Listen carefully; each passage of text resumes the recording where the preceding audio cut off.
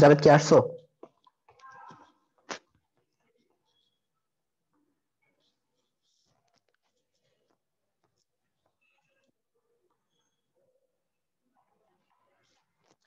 তোমাদের কি কোনো মানে ডেডলাইন আছে সামনে, যে ক্লাসটা এত তারিখের মধ্যে শেষ করতে হবে, বা কোনো শিডিউল টিডিউল দিছে কোনো কিছু, এরকম কোনো ঘটনা?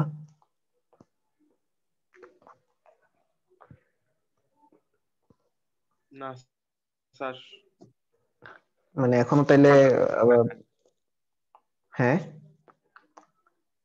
আপাতত কিছু জানায় নাই এইরকম। আর ওকে। জাভেদ কথাও বলতেছিল স্যারদের সাথে।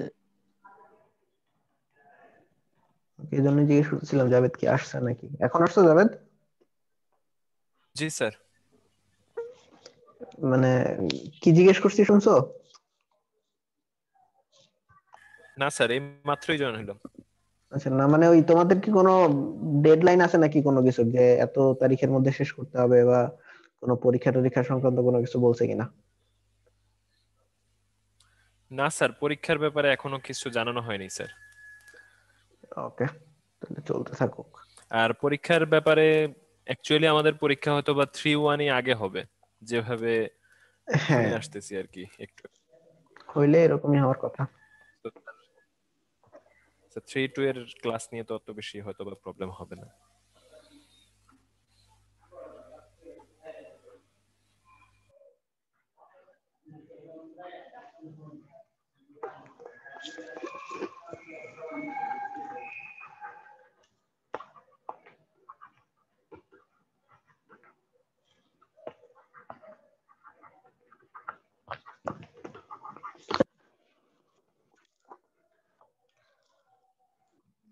আহ,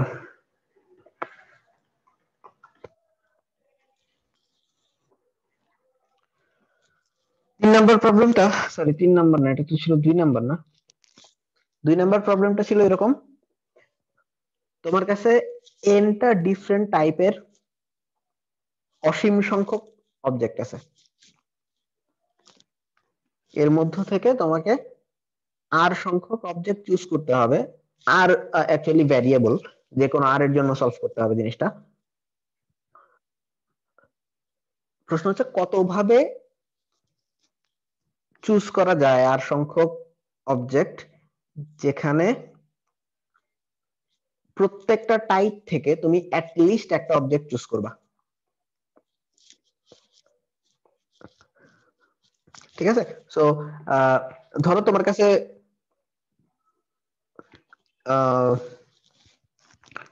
এ টাইপের অবজেক্ট আছে, বি টাইপের অবজেক্ট আছে, সি টাইপের অবজেক্ট আছে।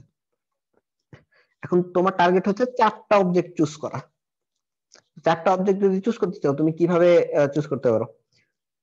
3টা কিন্তু তোমার ফিক্সড অলরেডি, কারণ এ বি সি একটা করে অন্তত নিতেই হবে। তারপরে ফোর্থটা তুমি আইদার এ নিতে পারো, অর বি নিতে পারো, অর সি নিতে পারো, তাই না? সো এটার জন্য ধরো n ইকুয়াল টু জি স্যার। 3 আর r ইকুয়াল টু 4 এর জন্য তোমার নাম্বার অফ ওয়েস হচ্ছে 3। এই যে এই 3টা ওয়েতে তুমি নিতে পারো, এটা হচ্ছে প্রবলেম। তো এখানে বুঝতেই পারতেছো, যদি আর কোনো কারণে n এর চেয়ে ছোট হয়, তাহলে অ্যান্সার কত হবে?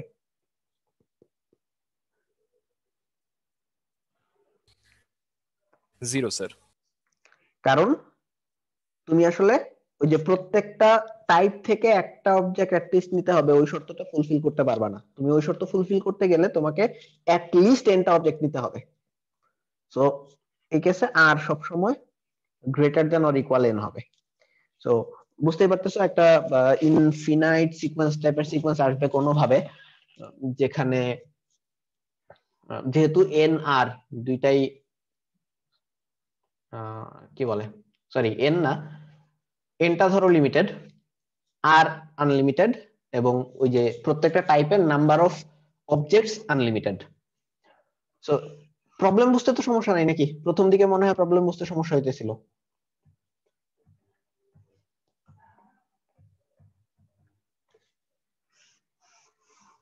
ওকে, তো প্রবলেম বুঝতে যদি সমস্যা না থাকে, মনে আছে আমরা একটা প্রবলেম সলভ করছিলাম এমন যে E1 plus E2 plus E3 equal to something, suppose 15। তো প্রত্যেকটার একটা করে রেঞ্জ দেওয়া ছিল যে এই নাম্বারগুলা স্টার্স এন্ড এই বার্স রেঞ্জের হইতে হবে। হ্যাঁ, জিনিসটা combinatorial solution stars and bars কনসেপ্টের, বাট আমরা এই জেনারেটিং ফাংশন দিয়ে জিনিসটা খুব সুন্দর মতো সলভ করতে পারছিলাম। স্টার্স এন্ড বার্স দিয়ে এই প্রবলেমটা যেটা এখন মানে আমাদের অ্যাসাইনমেন্টের ছিল স্যার, এটা ইজিলি চিন্তা করলেই পারা যায়। কিন্তু স্যার মানে জেনারেটিং ফাংশনের দিক থেকে আমার ইনফাইনাইট এই কনসেপ্টটাই স্যার ক্লিয়ার হয় নাই এখন পর্যন্ত। ওকে ওকে, আমরা দেখতেছি আগাই সামনে। এই প্রবলেমটা আমি একবার রিমাইন্ড করতেছি এই কারণে, এটার সাথে এটা মোটামুটি ক্লোজলি রিলেটেড। তো এখানে আমরা করছিলাম কি মনে আছে, যে তার জন্য একটা রেঞ্জ দেওয়া আছে, তার জন্য একটা রেঞ্জ দেওয়া আছে, তার জন্য একটা রেঞ্জ দেওয়া আছে। সো এই প্রত্যেকটা রেঞ্জের জন্য সাপোজ ইউ1 এ ভ্যালিড কারা কারা, 2 3 4 5 এগুলাকে আমি নিতে পারি, বাকি সব নিতে পারি না। সো ইউ1 এর জন্য আমরা একটা সিকোয়েন্স ধরছিলাম, যেটাতে সিকোয়েন্সটা হচ্ছে এইরকম, কারণ বাকি টার্ম গুলা সব মানে এই সিকোয়েন্সটা বলতে E1 এর জন্য একটা জেনারেটিং ফাংশন তৈরি করছিলাম যেটা ছিল এরকম, রাইট? এগুলোর সাথে সব 1, মানে এগুলো আমি নিতে পারি 2 3 4 5 হইলে, আর অন্য কিছু হইলে ওটা আমি নিতে পারি না। সো 0 দিয়ে মাল্টিপ্লাই হয়ে গেলে আলটিমেটলি সিকোয়েন্সের অন্য এলিমেন্ট গুলা হাওয়া হয়ে যাবে। সো এরকম প্রত্যেকটা এই তিনটার জন্যই তিনটা নাম্বার আমাকে চুজ করতে হবে। সো প্রত্যেকটা অপশনের জন্যই আমরা একটা করে জেনারেটিং ফাংশন তৈরি করছি, যে এর মধ্যে ভ্যালিড কারা কারা আছে, তারপরে তাদেরকে সুন্দর মতো মাল্টিপ্লাই করে দিছি।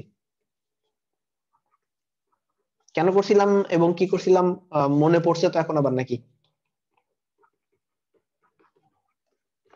এটা তারপরে ধরো x1 x2 এরকম করতে করতে x10, তো এই তিনটাকে মাল্টিপ্লাই করে দিলে যে সিকোয়েন্সটা আসে,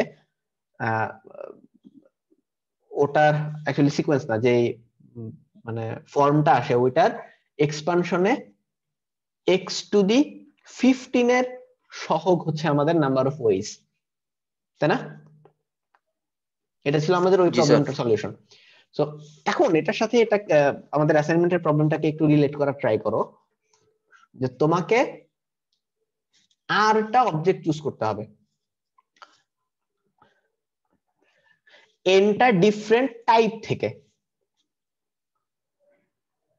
সো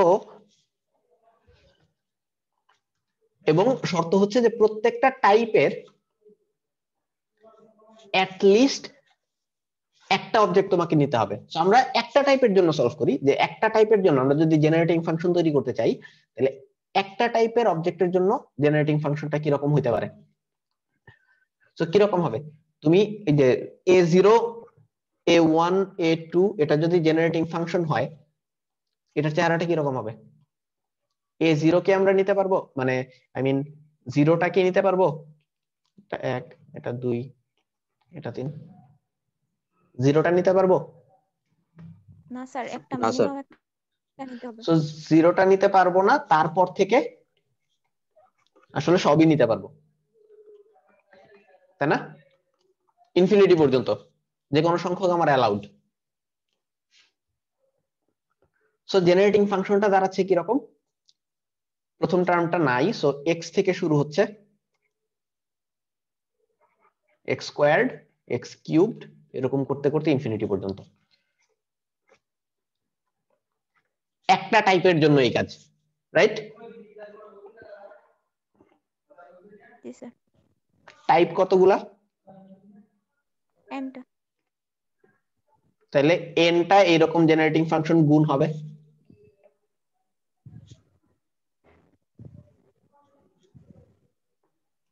নাকি? সো জেনারেটিং ফাংশনের চেহারাটা হবে এইরকম। সো এটা যদি ক্লোজড ফর্ম বের করতে পারি, তাহলে ওই ক্লোজ ফর্মের এক্সপানশনে এক্স টু দি আর এর সহগ হবে কত ভাবে আমরা চুজ করতে পারি। এখন আগে একটু দেখি যে এটা ক্লোজ ফর্মটা কত। এটাও খুব পপুলার একটা কি বলে সিকোয়েন্স। এটা কত?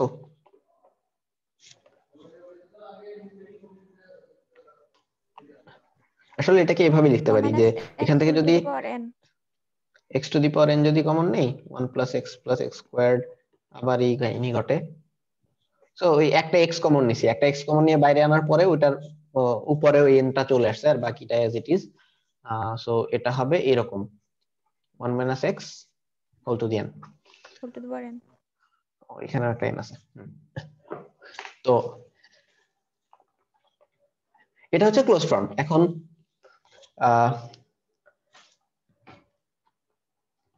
আমাদের দেখতে হবে যে এটার এক্সপানশনে x টু দি r এর সহগ কত। তো এটার এক্সপানশন দেখতে গেলে একটু কাহিনী কেচ্ছা করা লাগবে। এটাকে আমরা আরেকটু ভাঙি। এটা হচ্ছে x টু দি n তো আছেই তার মতো, এই যে 1/1 minus x to the minus n বা sorry 1/1 minus x two the n বা 1 minus x to the minus n, এটার এক্সপানশনটা কি রকম জানো?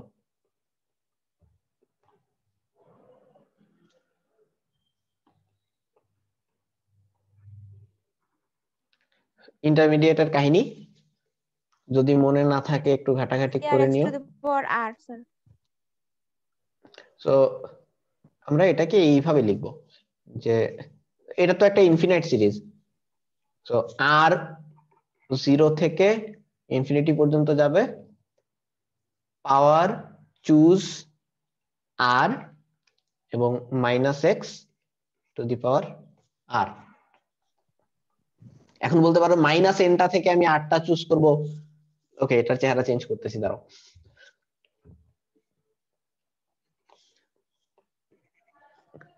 x টু দি n আর হচ্ছে 0 থেকে ইনফিনিটি।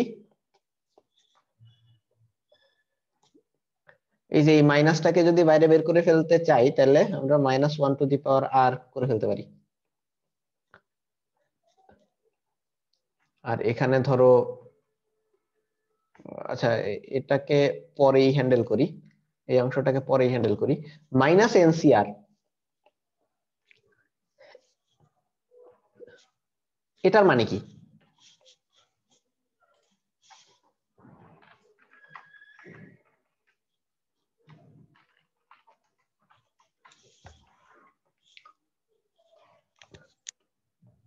হ্যাঁ স্যার এটাও বাস্তব না।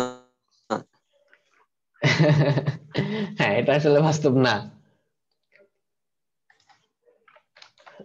বাট এটাকে কি ম্যাথমেটিক্যালি ম্যানিপুলেট করা যায় কিনা?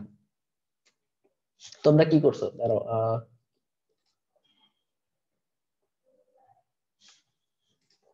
সামিনের অ্যাসাইনমেন্টটা কই? স্যার আমার এটার আগের লাইন পর্যন্ত লিখে রেখে দিছি। আচ্ছা ওকে, কেউ কি ইয়াটা বাইর করছো এরপরে জাভেদেরটা কই?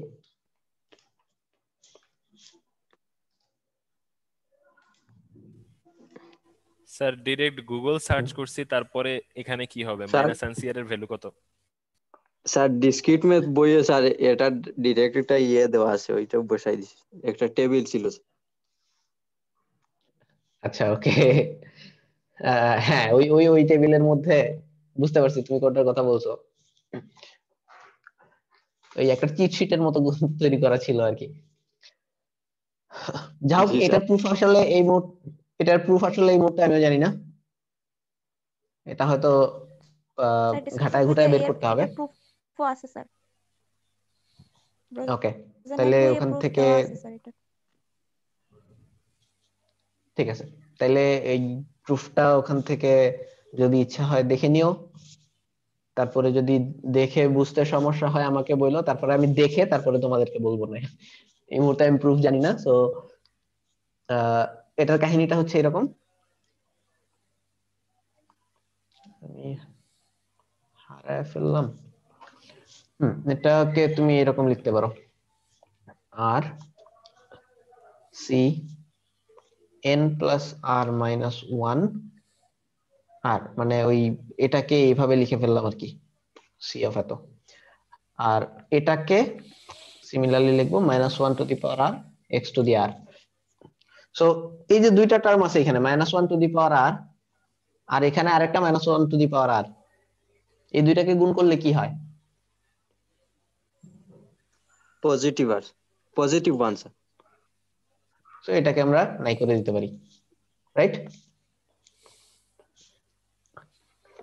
সো এই জিরো থেকে ইনফিনিটি, আমরা এই টার্মটাকে বাইরে রাখতে চাইতেছি না, ভিতরে নিয়ে যাব। সো এইভাবেই লিখি, দেখতে সুন্দর লাগে। আর মাইনাস ওয়ান চুজ আর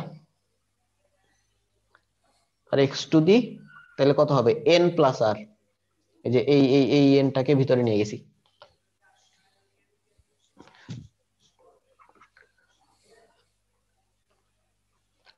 সো এবার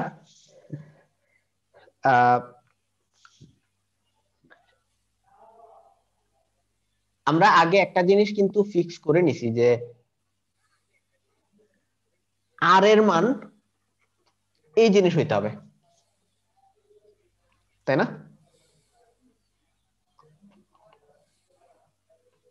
আসলে এতক্ষণ যাবত ওই আর আর না ধরে অন্য একটা ভেরিয়েবল ধরে আসা উচিত ছিল। যাই হোক, এত যদি হইতে হয় তাহলে আমাদের এই রেঞ্জটাকে, এই লিমিটটাকে একটু শিফট করা দরকার না? আমরা ধরো এটাকে বলি যে কে কে ইকুয়াল টু এন থেকে ইনফিনিটি,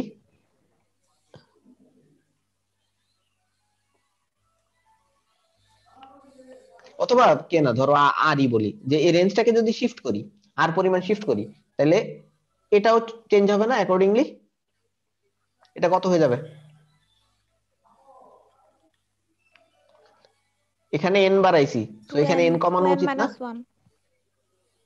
এখানে এন বাড়াইছি, তো এখানে এন কমবে না নাকি? সিমিলারলি এখানেও এন কমবে, আবার এখানেও এন কমবে, তো এখানে থাকতেছে এক্স টু দি আর। তো এটাই হচ্ছে মোটামুটি আমাদের আর ইকুয়াল টু এন থেকে infinity, r minus one choose r minus n x to the r. হ্যাঁ, না চলতেছে।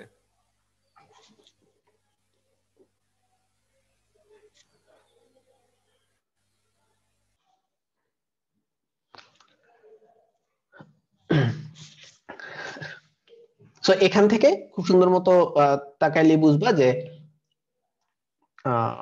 ওই generating ফাংশনটার এক্সপানশনে x to the power আর এর সহগ কত। ওকে, সহগটা কত? সহগটা জাস্ট এটা। সো এই ছিল সেকেন্ড প্রবলেম। স্যার এটার ক্লোজ ফর্ম নাই? কোনটার? এটার এটার ক্লোজ ফর্ম এই যে সামেশনের ক্লোজ ফর্ম এটা। আমরা তো ক্লোজড ফর্ম থেকে আলাদা আলাদা করার জন্য এই কাহিনীটা করছি, এই যে ক্লোজড ফর্ম, এটারে ভাগ্যা ভাঙ্গা ওই জিনিস বানাইছি না? ও আচ্ছা আচ্ছা, ঠিক আছে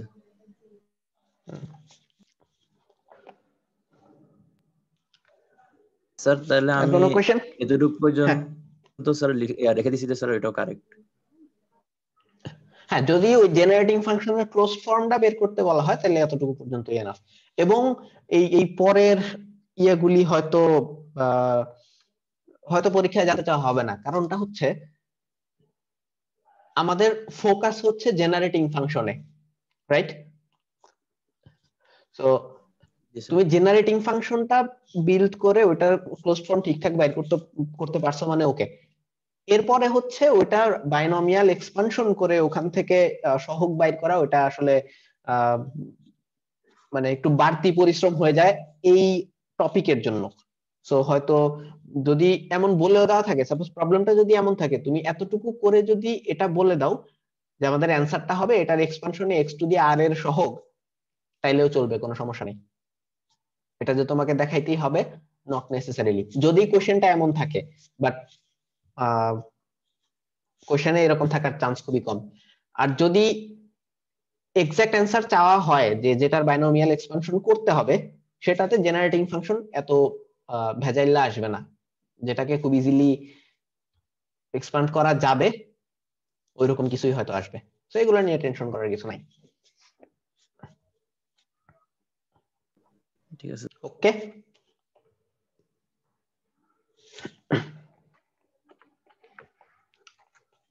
দেখো আর কিছু আছে নাকি?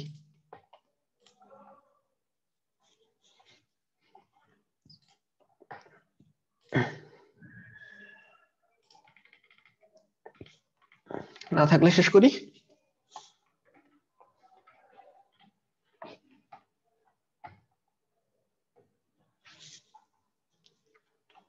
শেষও করতে দিবা না নাকি? শেষ করে দেন স্যার। আচ্ছা শেষ স্যার, করা যাবে স্যার। ঠিক আছে, নেক্সট স্যার বৃহস্পতিবারে দেখা আসসালামু হচ্ছে, ভালো থাকো। ওয়ালাইকুম আসসালাম। স্যার অ্যাটেন্ডেন্সের ডান। স্যার স্যার হ্যাঁ, নিমিল অনেকক্ষণ ধরে ট্রাই করতেছে, মানে আমাদের দ্বিতীয় সেশন যখন শুরু হলো ততক্ষণ ধরেই নিমিল ট্রাই করতেছিল ক্লাসে অ্যাটেন্ড করতে, বাট স্যার ওর নেটওয়ার্কের তো হয়তো ঢুকতে পারতেছে প্রবলেমের না। কারণে আর আসতেই পারেনি। ওর জি স্যার। ওর ওর জানি কত? Sir 25 sir. 25। ওকে, ঠিক আছে। আচ্ছা আচ্ছা, আসসালামু আলাইকুম স্যার। ওকে, ওয়ালাইকুম আসসালাম।